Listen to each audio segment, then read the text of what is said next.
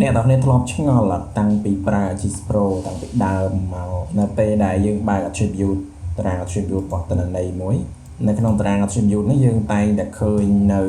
ជួរមួយគេដាក់ថា click to add a new row នៅពេលដែលយើងបើក attribute គឺយើងតែងតែឃើញអាហ្នឹងហើយប៉ុន្តែនៅពេលដែលយើងចុចទៅគឺវាចេញតែទេអញ្ចឹងវាចេញណាល់សំបីតែ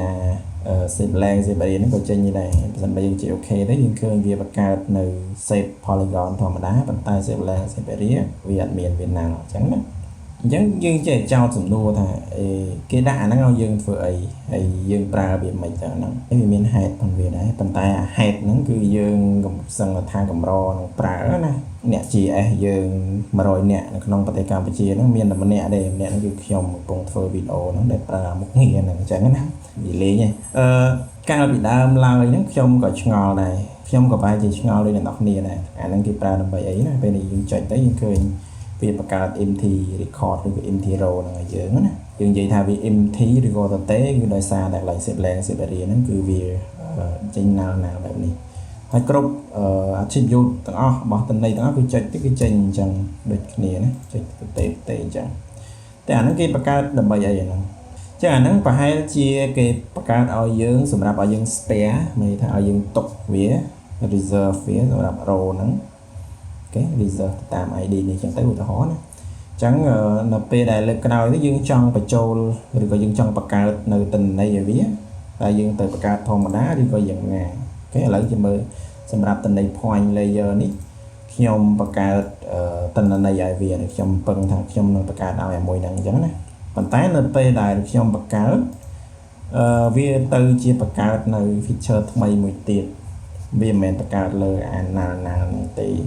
អញ្ចឹងសំណួរសួរតើយើងធ្វើម៉េចដើម្បីឲ្យអាហ្នឹងវាមានតន្ន័យព្រោះឥឡូវវាមានតែ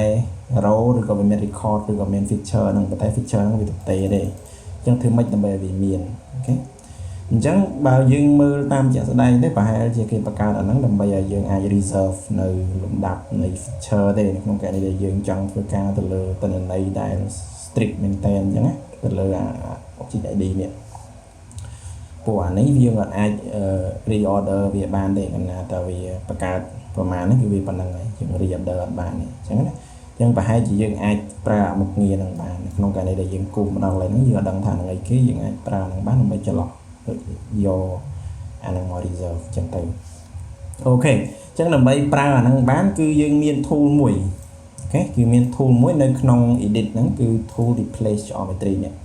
អញ្ចឹងយើងចុច replace geometry មក